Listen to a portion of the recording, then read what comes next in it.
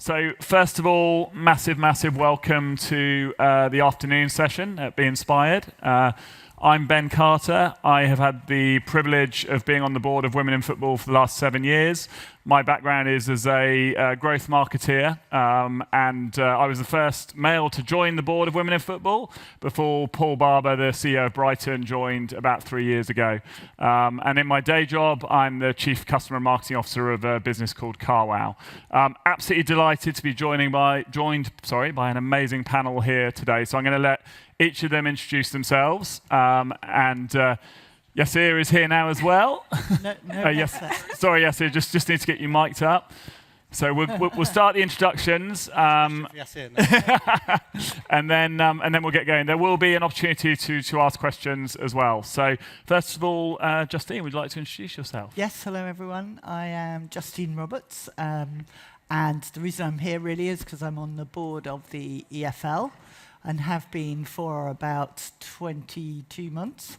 But in my day job, I run Mumsnet, which is a website for mums.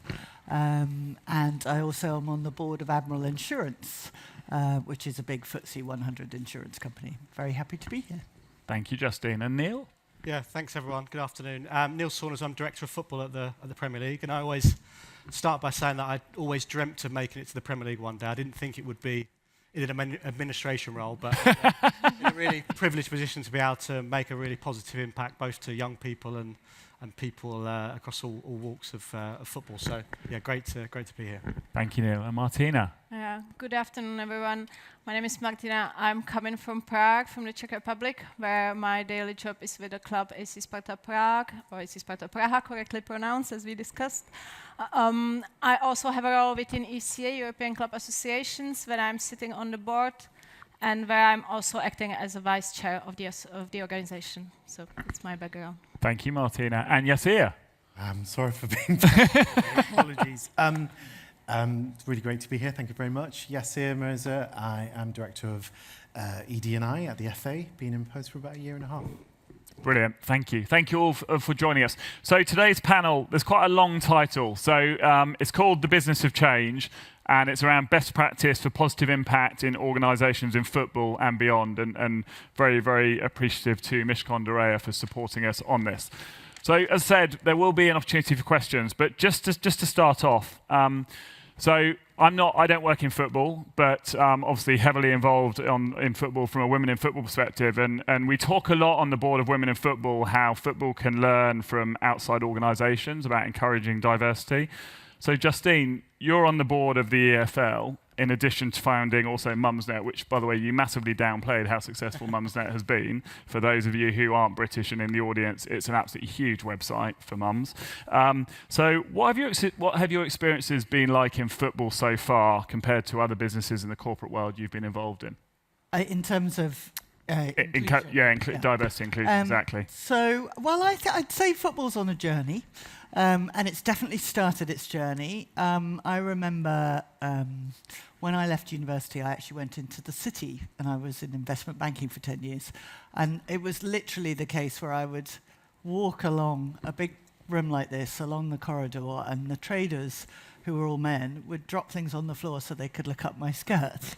I don't think it's like that anymore. I know it's not like that anymore. I know they've gone on a real journey in financial services. And I think football is sort of halfway along. It realizes it's not, particularly representative at the top. I think we can all agree on that. And it realizes it's got to do something about it. And I think we're just at that stage where we're taking it seriously. So it's got a way to go, but it's definitely not as bad as some of the places I've been. So given that, and given that you say football is sort of halfway along that journey, what lessons do you think football can learn from the corporate world? Well, the corporate world, so the world of Admiral Insurance, it's a FTSE 100 company. It's it's the biggest insurer in the UK. They have a governance code. They have signed. There is a regulator and a governance code that if you're part of the FTSE, you have to have certain, equality standards.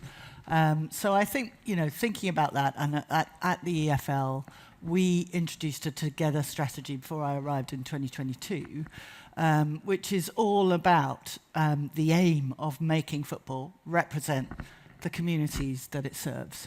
And there is an equality strategy, which we go through with all clubs. All clubs are scored. I chair the Together panel. So I say it's the beginning of journey because it's 2022 and it takes time. Yeah. You know, if you think about the chief executive of football clubs, I mean, there aren't many women. Zoe, hi Zoe. Shout out to Zoe.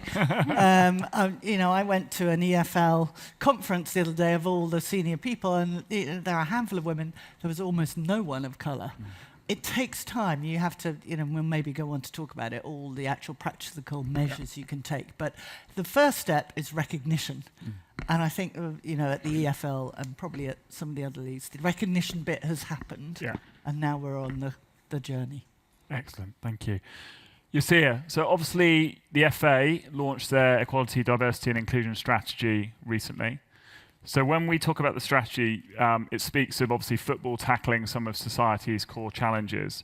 Can you talk to us a bit about what the key focus areas of that strategy is? Obviously, as you said, you're leading that, so I'm sure it's what you're thinking about day in, day out. So it'd be good just to share with the audience a bit of sort of what those key focus areas are, and also how you're thinking about being more sort of inclusive in terms of communities across the country.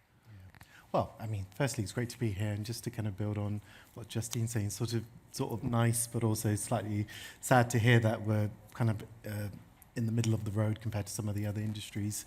So we, last November, launched our third iteration of our ED&I strategy called A Game Free from Discrimination.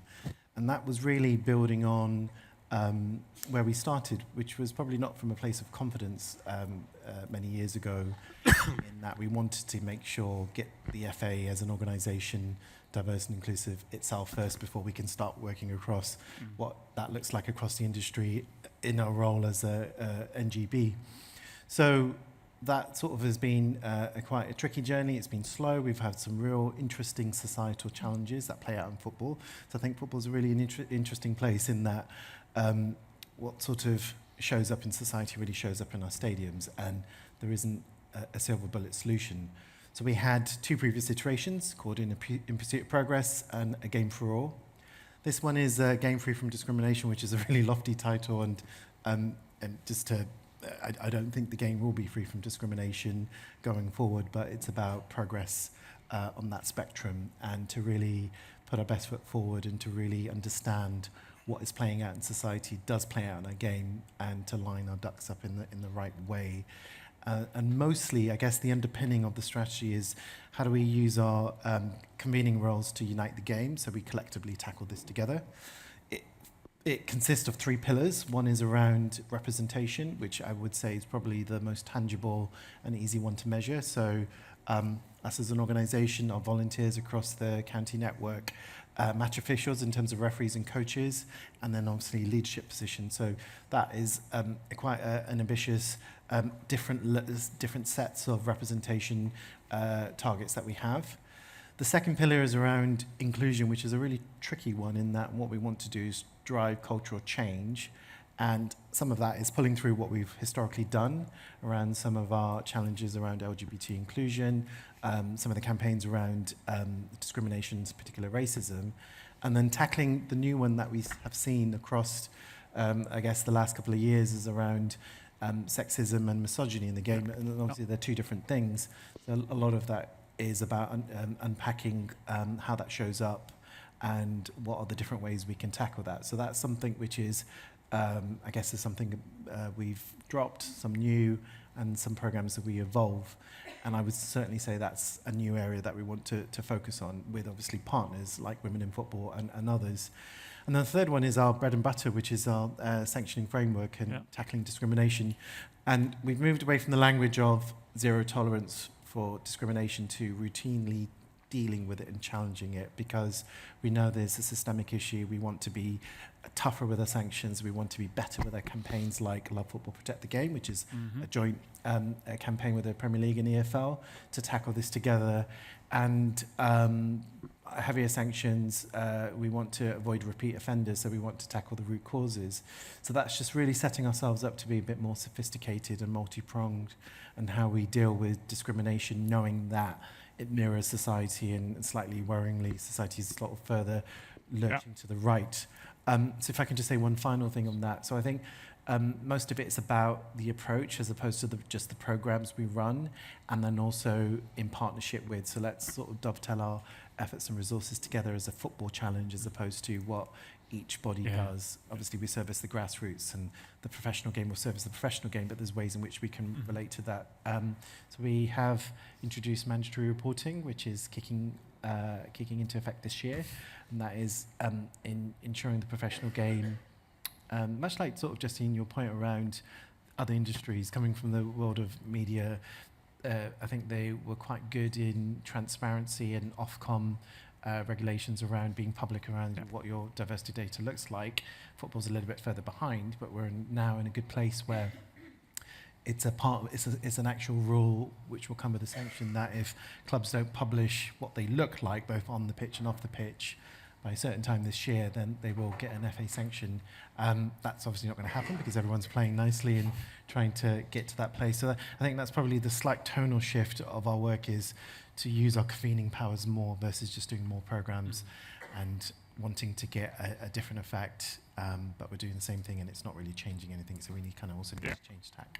And I guess reflecting on the sort of lessons from the professional world, getting that baseline of data is so important, because that's been a big challenge, right? Is that data just hasn't existed in terms of representation. Yeah, it's just been about consistent. So I think the Premier League and the EFL with Code of Practice and the Pledis framework, the data is there. I think it's about how do we extrapolate it and present it in a way which shows a football-wide picture, which understands the nuances of geography, and then obviously some clubs are in a different place. So we do it in a way which is not about naming and shaming, but it's about sort of collectively figuring out where the gaps are and how some of the more advanced clubs can help some of the clubs that are on the beginning of the journey. So that has been a bit of a task to get consistency. So the rule in itself will make sure what's required of all of the clubs is that they produce data in a consistent way, so it's meaningful. What story they tell around it in terms of where they've come from, where they plan to go to, if they have targets, is entirely within the gift of the clubs, because I think it's important that they tell the story in the way that it works for them. Brilliant, thank you. Martina, thank you for joining us and coming to the UK. So you've obviously worked internationally in football for many years, and obviously globally some football federations are very, very strong in sort of governance around diversity. Others are less so, and I'm sure you're aware of the Women in Football Open Doors agenda. The ECA made some very positive changes to their governance to ensure greater representation of women. But we all know that change is not easy and often meets resistance. So in your experience, how do you bring key stakeholders on board to drive that change? Yeah, thank you. Well, I think the first point, like from my experience from ECA and in parallel from a club, where actually when talking about the FAs, where some are better, some are worse, I unfortunately need to say that ours would be the one that is worse. Unfortunately, so I guess this incentive will have to come from different stakeholders, probably us, the clubs, just to pick it up. But but from the international organizations such as ECA is, I think these reforms were actually broader than just the diversity and inclusion. It was overall governance of the organization.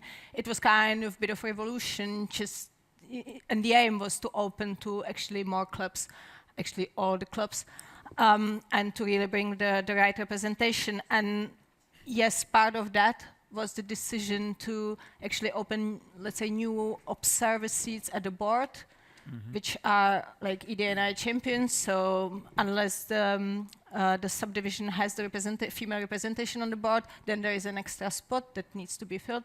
And obviously, it's always, just like to make it clear, it's always the clubs proposing the candidates. So, you know, that's how it's represented. So, and then obviously clubs can also propose candidates for the election. So, people like to say that that's why I'm on the board. Might be partly, but in fact this decision was with my club, because to be honest with you, I'm not sitting on the board in my club. I'm in charge of our sports department, some institutional relations and stuff, but I'm not sitting on the board.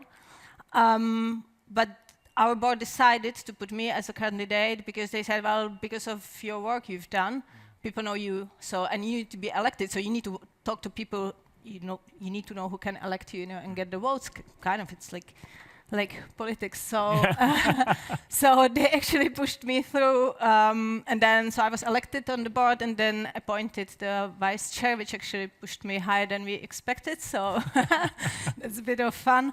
But yeah, that's where it is. But what I wanted to say with that is that the first thing is the commitment, and actually really bringing it forward.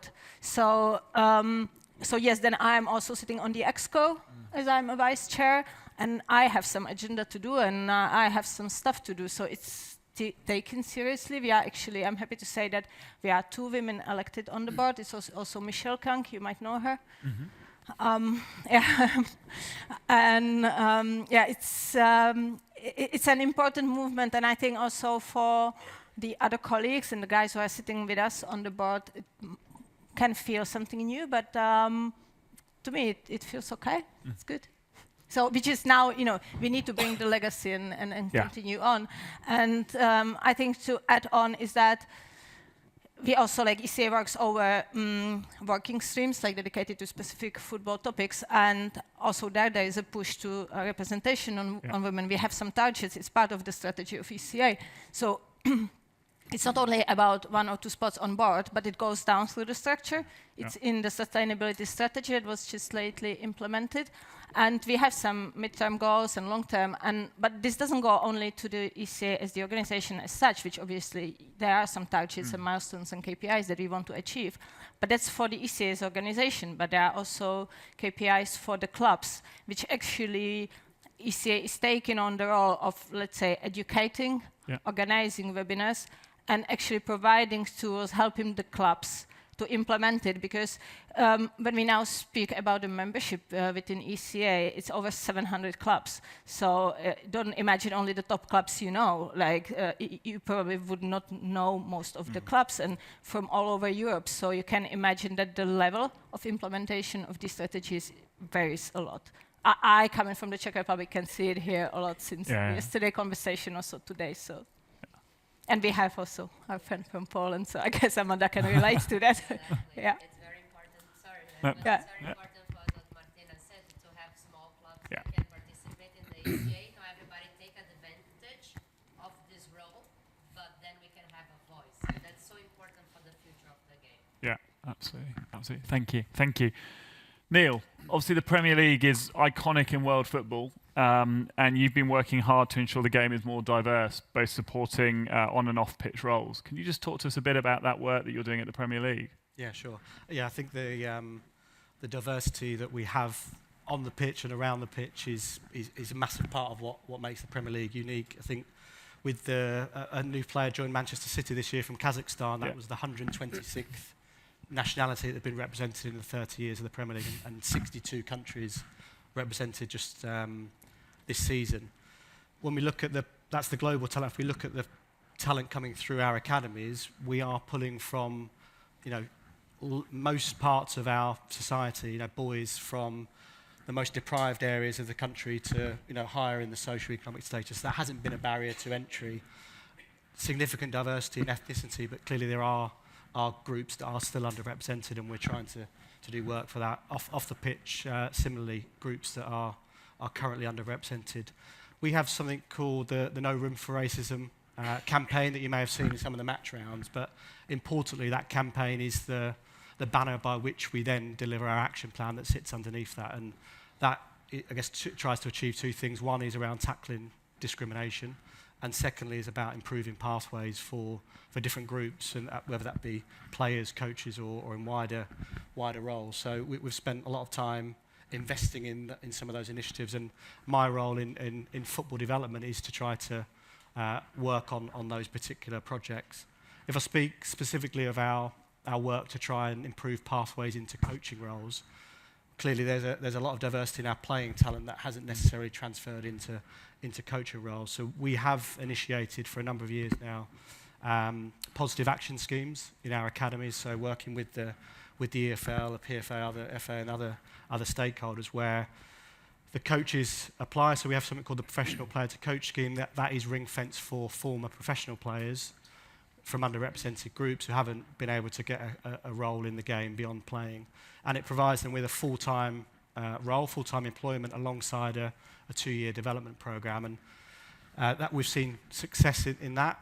Alongside that, we've also run something called the Coach Inclusion Diversity Scheme, where that is open to wider groups. You don't have to have been an ex-player to come into that group, recognising that we want to pull from all parts of society. So that is focused on women and men from underrepresented ethnic groups. To date, across those programs, we've had 81 coaches that have engaged in the programs and gone on to get employment in full-time football, which is a big success. And actually, it's sort of over 90% in terms of that conversion rate. Clearly, there's still lots more work to do in that space, so we intend to continue those, and the challenges continue. Yeah, thank you, Justine. So we've talked about the journey we're on. I think the themes are pretty consistent across all of us. So drawing on your corporate experience, but also what you've seen in football now, what are the most successful strategies for sort of implementing meaningful long-term change, do you think?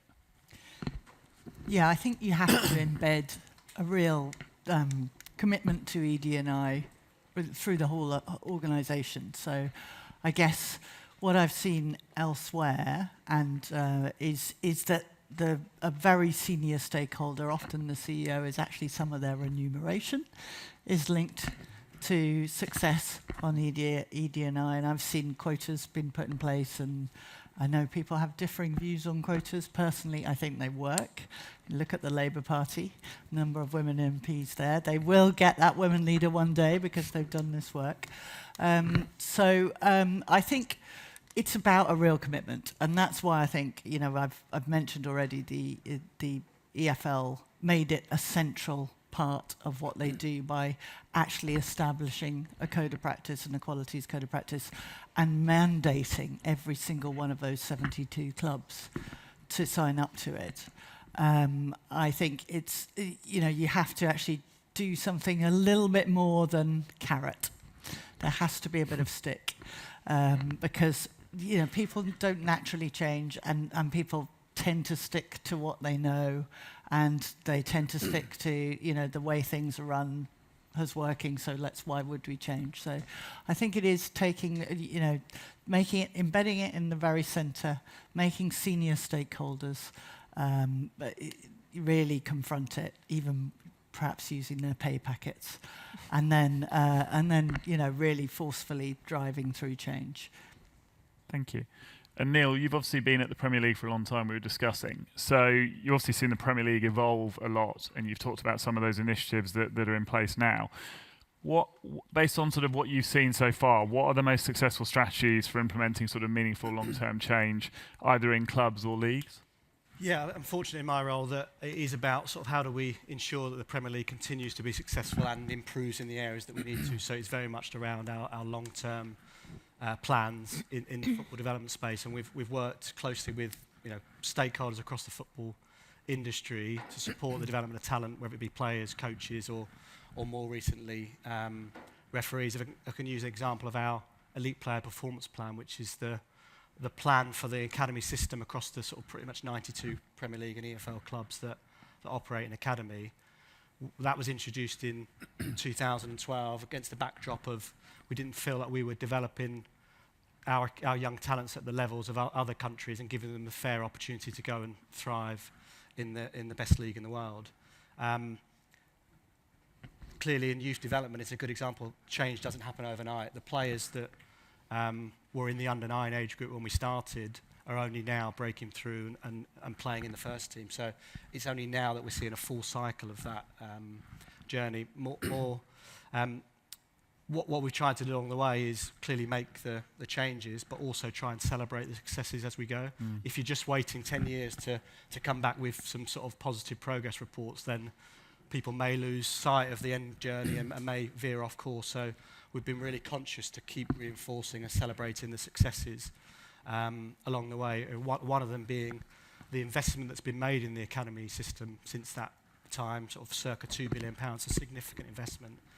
the clubs have seen the return on that in just transfer fees alone. The sales of academy players is up at 4 billion. So from a financial perspective, trying to shift the narrative from academies being a cost centre to actually they can be a core part of the success of the football club. And that's, you know, aside from the success that you can get from those players on the pitch as well. If we look at some of our work in coaching similarly, and more recently we've worked with the PGMOL and the other stakeholders to introduce the elite referee development plan, and we celebrated the first woman referee in the Premier League last season, the first British South Asian referee in Sunny Gill Singh and Rebecca Welsh. And it's important that we celebrate their achievements, but also at the same time recognising we want to normalise that diversity, and why it's absolutely right to call out their success, recognise that you know, in time we'll just be saying that's another great referee that we're seeing in the Premier League. So that's a big part of the work. I think perhaps some more the principles around change.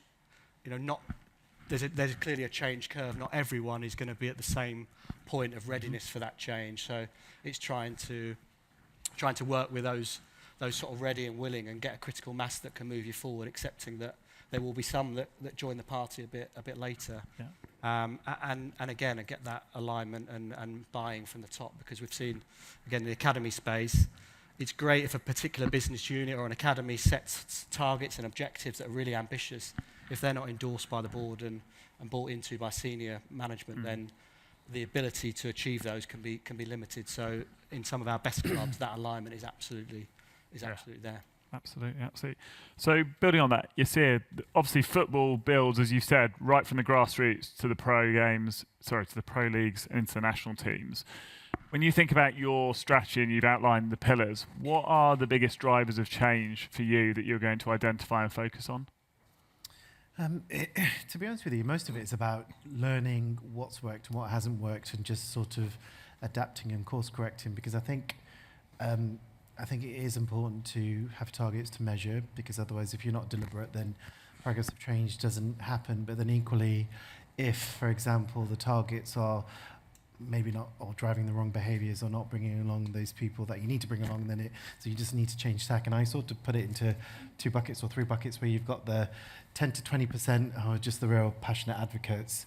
You've got the 10 to 20% on the other sides of the real naysayers, and that sort of more emboldened voice now to speak out. And then there's those 70% or 80% in the middle.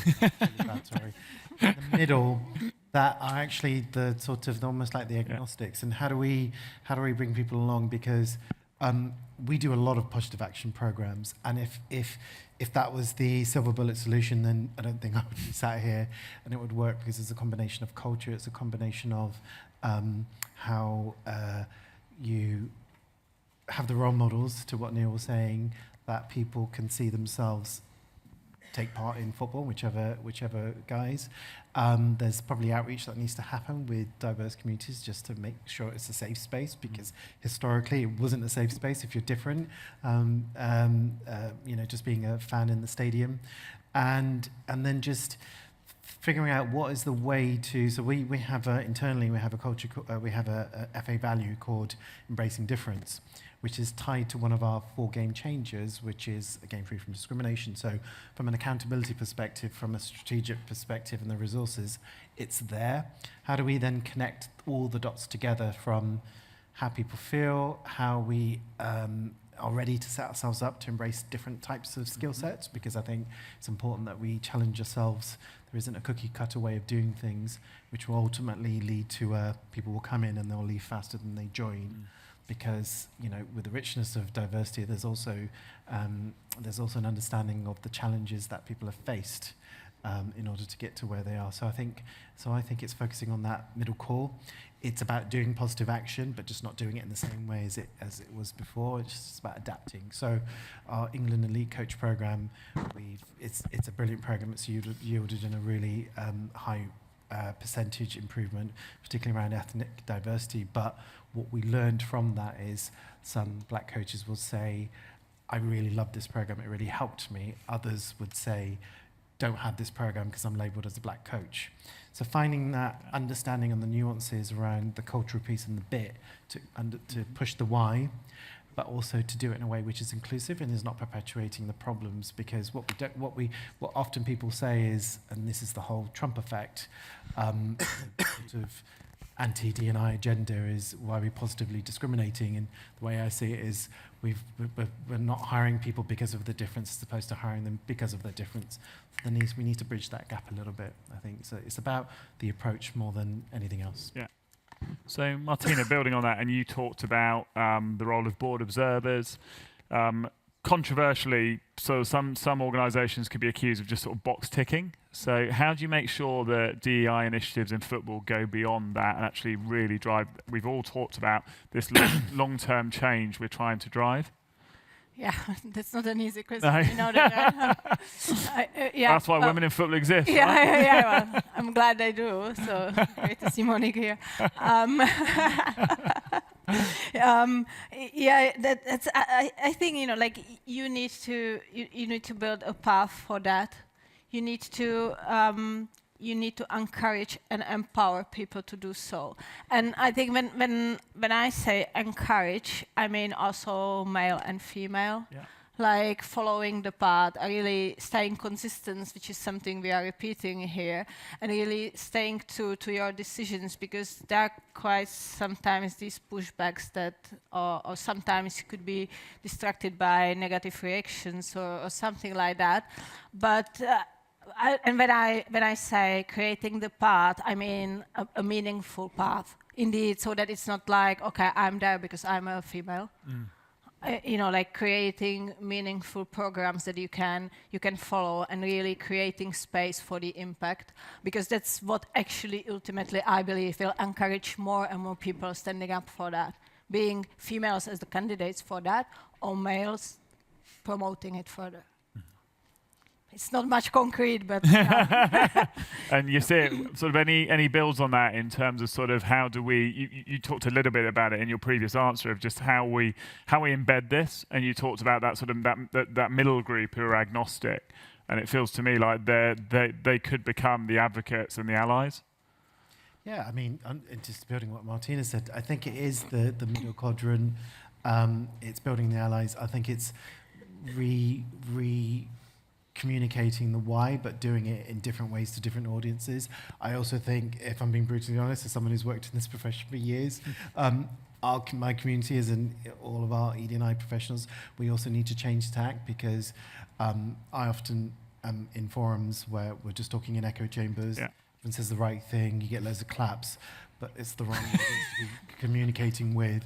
And yes, we get it. I haven't heard many claps. I think Monique can relate to that as well. I get a lot of cheers, by the way, so I probably get things wrong. But on a serious note, I think we do need to change tack, because I think the world is changing, our work is important, but probably we need to just tweak the way in which we look to communicate and engage hearts and minds, because recently I was at an event where this echo chamber event where it was very easy and quick to demonize Donald Trump, and the way I sort of see it, there's like 60 million people who support and voted for him. So you got to understand, people connect with leaders in different ways, and it's not an easy, simple case of one individual. It's basically a societal issue. So how do we engage everyone in a small or big way to play a part in this, because there are all roles we can all play in it, not just from the top, but also from the bottom up as well. That's a great point, yeah. Neil, we obviously want to see as much participation as possible in terms of, both in terms of diversity and inclusion. And that often means trying to engage with communities that are harder to reach. I know this is an area the Premier League have really focused a lot on. Could you talk to us a bit about some of the initiatives that that the Premier League has introduced? Yeah, sure, thanks. I mentioned our Elite Player Performance Plan, and we had a review at sort of 10 years, a root and branch review really of what are the things that have been successful and that we've done well, but what are the areas for improvement, and recognising that the landscape has changed significantly in that 10-year period, whether it be sort of the attitudes around how we work with young people and develop young people, particularly athletes, and some of the conversations that would have been had in the Olympic sports, some of the regulatory changes and significant changes in that 10-year period, as you would expect. for all of the diversity and the fact that we are still pulling from, you know, a broad spectrum of communities for our players, and that's to be celebrated. One of the communities that we saw was underrepresented in terms of players registered in our academies was the British South Asian community, so boys of South Asian heritage. And there's been lots of good people doing so much work over a probably 30-year period.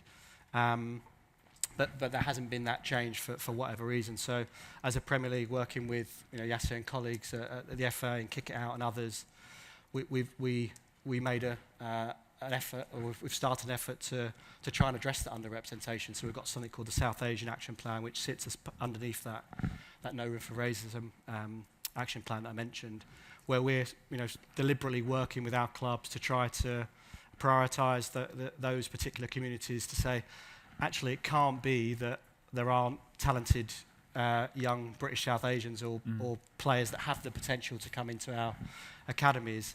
And where it's a competitive landscape, yes, we're trying to do it from a position of we want football to be for everyone, but we're also trying to play on the competitive spirits of clubs to say, actually, this can be a competitive advantage for you if you're engaging with communities that other clubs aren't.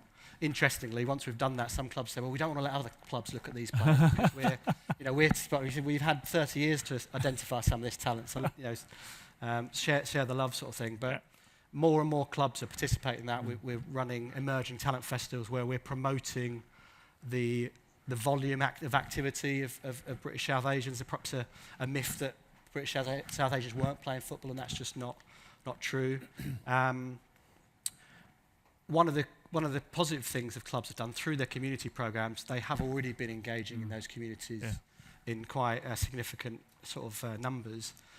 But for whatever reason, that hasn't necessarily in lots of clubs connected back with the academy. So one of our roles has been just to introduce some of the community staff with the heads of recruitment, the gatekeepers into the academy, to make sure that they're aware of the groups that they're engaging with. So that's the work specifically in that with our South Asian Action Plan. And we're sort of 3-4 years in, and there's more work to do. But as you know, as you spoke about the groups that you engage with, I think we had 6 clubs in the first year. We're about to have 25 clubs engaged this year across the 92, and you know, we want to keep that number increasing, but and we hope that hopefully it will do. Alongside that, you know, our clubs we support through our various funding and our Premier League Charitable Fund. We're supporting 164 clubs right throughout the pyramid. Deliver things like a Kicks program, which is providing free weekly coaching sessions and mentoring sessions for children in underserved communities that perhaps wouldn't get the opportunity to do so without that. I think over 1 million hours of free coaching activities been delivered, and something that is having a huge impact. We've had some amazing stories of individuals that are now running those Kicks program, having been participants, some even that have gone through and played in the Premier League. But that's really, really important work and has a huge impact. And I guess the final one to mention is clearly the women's game and the growth of that, and the Premier League through investment in the girls' pathway, the emerging talent centres, circa 20 million invested in that today. You know, we want to make sure that we're an ally in that space and supporting and helping the women's game to grow, like the men's and boys' game has been supported. That's brilliant. Thank you very much. Right, Justine. So we've talked a bit about sort of this need to sort of drive change across the spectrum.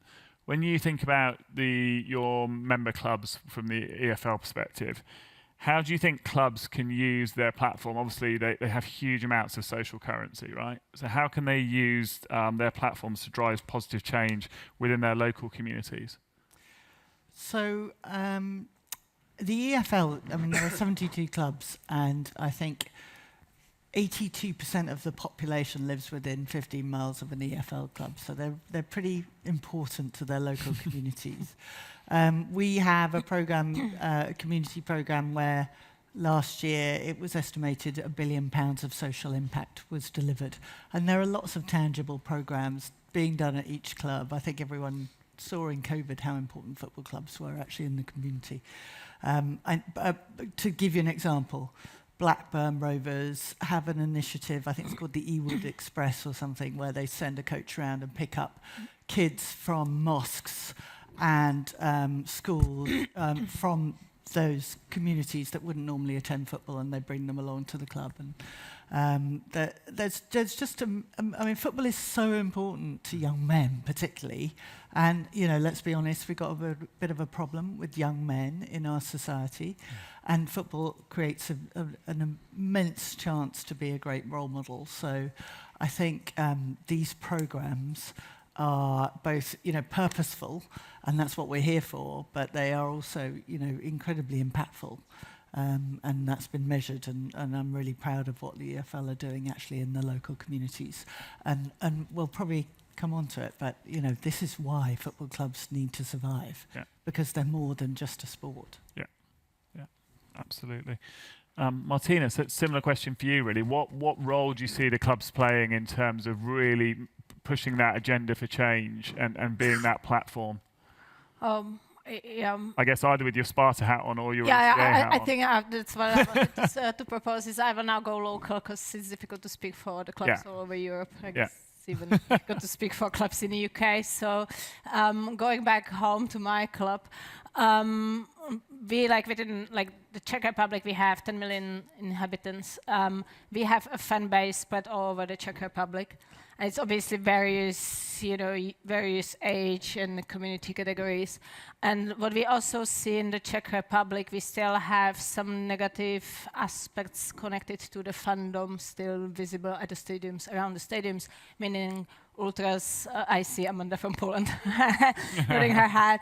Not that people are dying there, not at all, but we have football still attracts people with more extreme ideas and approaches, and they like to group together and come in with this mass behavior. So there's still some of these safety and security risks, but more back to the effect. So when we work and approach and actually when we want to have an impact, we need to think actually in many steps forward, because we need to understand that these groups of supporters would be those that would usually not click with these incentives. They would like to show it, and I'm not saying only about reactions on social media or stuff, but really show it to you. So and that impacts the product we are building, like safe stadiums, getting people in the stands and stuff. So it's in countries and regions like us, this is much more. It requires much more broader approach to it, which might be sometimes an excuse not to do it.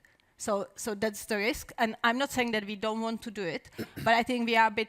That's why we are a bit slower and very conscious when thinking about it. My colleague Irena, who is responsible for our community project, is sitting here with me. So when you want to hear more details, please reach out to her. She will be here. We are staying in the evening as well, so happy to talk. But there are more things to consider. But to be positive as well, we as a club, we have a charity, and that's a very meaningful way how to support the projects you pick. We have a strategy what we do support, what we don't, because we can't support everything. We see the results, again, thanks to Irena, who is actually sitting on the board of our charity as well. So we know how to do things. We just sometimes need to be careful how to communicate some things, and actually also how to approach some specific groups.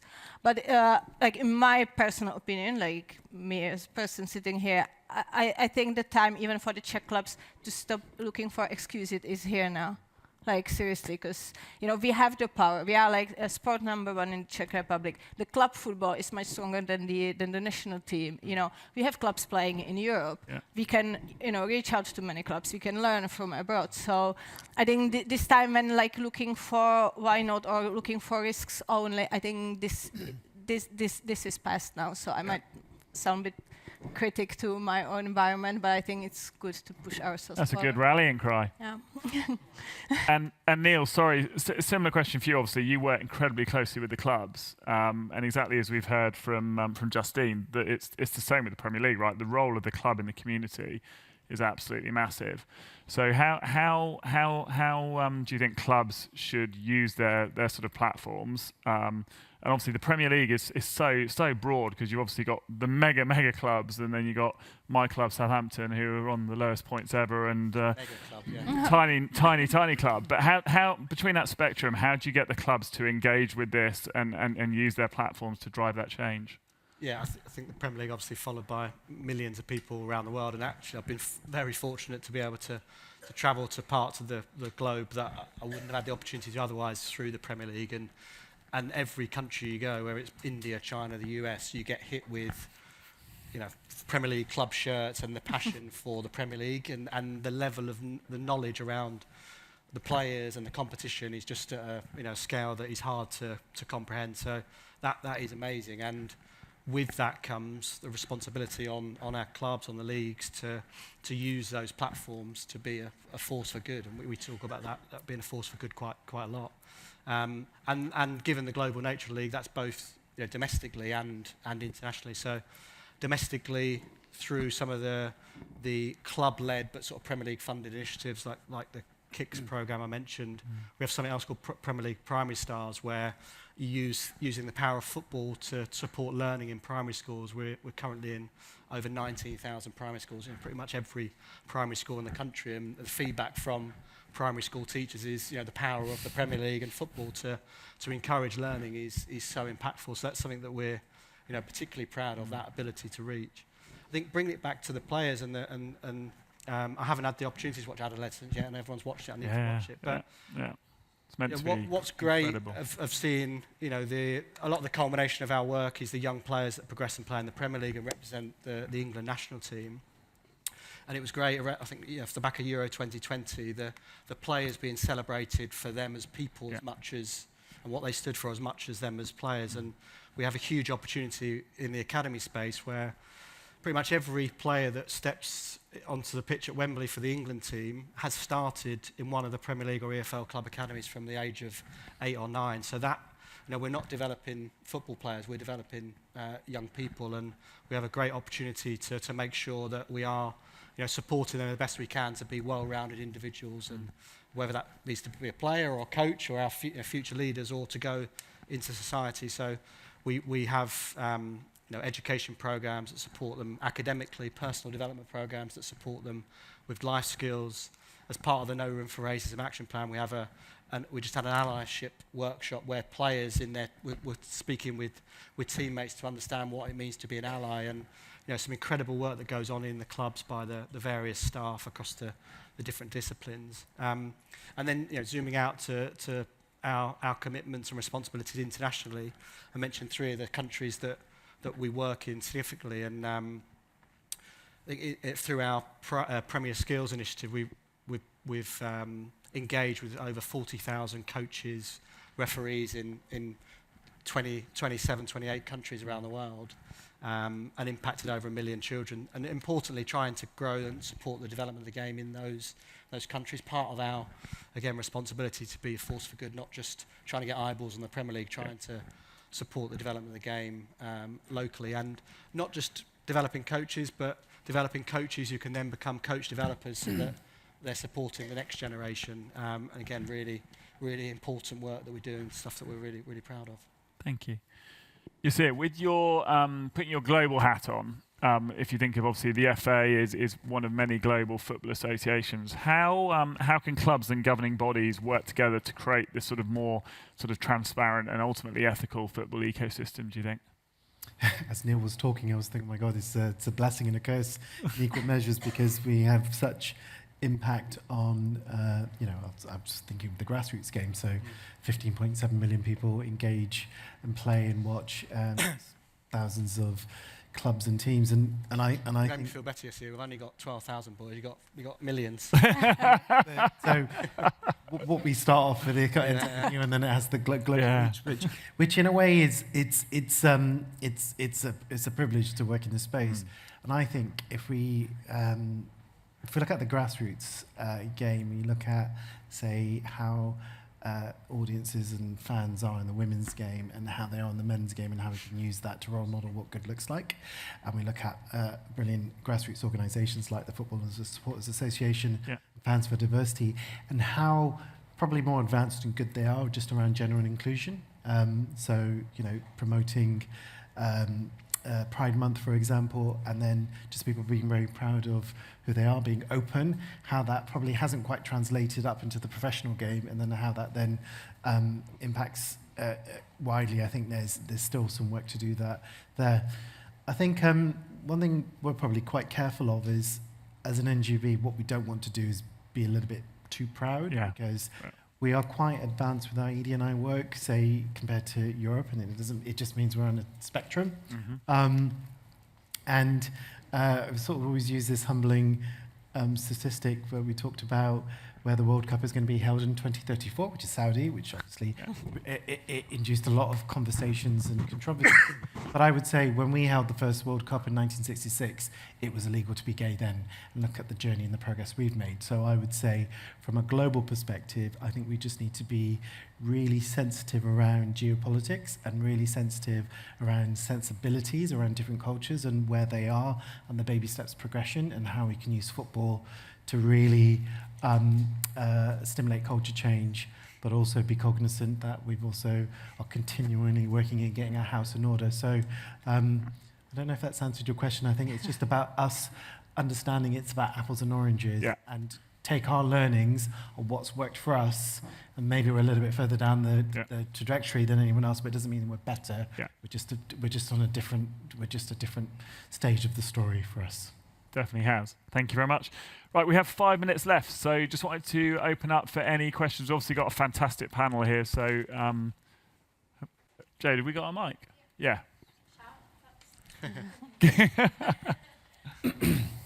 Thank you so much. This question's for Justine, but it touches on the point that Yasser made around echo chambers. There was an Economist article recently about Mumsnet, and they referred to your decision to allow for open discussion on controversial topics on the forum. Obviously, football, we have a lot of issues with online discourse and racism and sexism.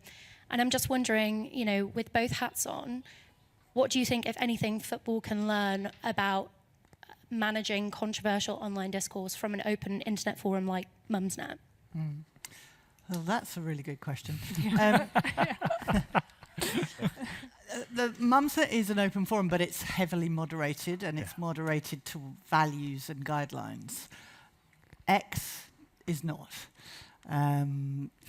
Instagram is largely not. I think football clubs need to think really carefully about whether they engage with these platforms. I think, football has taken an awful lot of abuse. And I realise that we all want to extend our reach, and I realise we all have commercial partners, and, talking about our social reach is really important.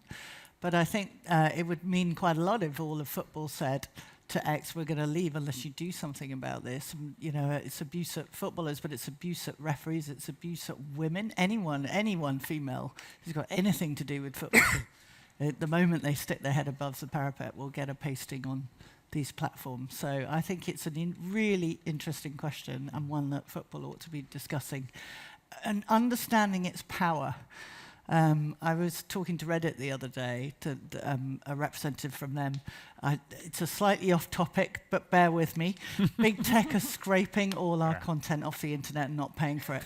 Reddit threatened to leave Google, and Google rolled over. And football has that amount of power, and the Premier League's a huge brand. And I think we could do something about this abuse on social platforms if we actually put our minds to it. Thank you, Justine. Hi. My question is probably for Neil and Justine. It's kind of twofold. I work for the Kinetic Foundation. We're a football and education charity for kind of through football, with the power of football, keeping young people in education, predominantly from disadvantaged background. 76 professional signings, which is great. But it's kind of the other 380 or however many who don't make it in football that we try to create kind of better futures for and build pathways. So twofold question. One, our girls program has been going for 3 years. So how do you see that longevity for building a program that's separate for young girls, that's separate to young boys? And then to Justine's point about the kind of lost boys generation and how young men are staying behind the power of football, of keeping them there. Do you have any advice on kind of the differentiation between young men and young women who want to be in the game, and how to explain the importance of that to potential partners of a charity? Which company, sorry, again? Kinetic Foundation. Kinetic, yeah, okay. Yeah. Neil, do you want to take the first one, and Justine, you're right to take the second one? In terms of running dual programs, boys and girls, and whether you share or I think it's a really live topic at the moment in the Boys and Girls Academy. Obviously, working closely with the WPLL and the FA and clearly the clubs. I can see Jane, our chair of our professional game academy company, where through that body we're auditing and quality assuring the boys' academies, but also now the girls' academies, and naturally you can see the differences in the programs that are being operated, and a bit to Yasser's point, just the different stages of that story. A personal view is that it's so natural for our children to be in mixed groups and to be mixing with boys and girls, and forgetting the football development, the social development that comes with that. Even when we have our coaching programs, and just seeing as soon as you get a mixed gender group, suddenly the dynamics of the room change and the conversations go in a different direction. I think that's really healthy. I think the starting point is different at the moment, so I don't think there are too many clubs where there is that level of integration at the moment, but there's certainly clubs that are speaking to us about we run the Sporting Excellence Professional Apprenticeship for the boys. Can the girls go on that program, because we want to provide them with the same opportunity as the boys? So, but it's also, I guess, making sure that in the women's game that we don't just follow what the men are doing, because some of the conversation is feedback. If there was a completely blank sheet of paper, we may not make certain decisions that we're going with starting from a completely different history and tradition, and you're working with those. So my personal view is then that there's been so much progress in the boys' game, so much investment, so much expertise that exists, that there clearly is an opportunity to share some of that knowledge with the girls' game, but also for the girls and women's pathway to forge its own path and to share that learning and different ways of thinking back as well. But I think the integration will come in the coming years. Thanks, Neil. We have 1 minute left, Justine. So I can't remember the question now. Sorry. I can't remember the question. I think we're good. I think it was just going back to what Neil's already answered. Okay. That Jeez. So gonna wrap up. Just want to say a massive thank you to the panel. So thank you, Neil, Justine, Martina, and Yasser. Really appreciate it. I think.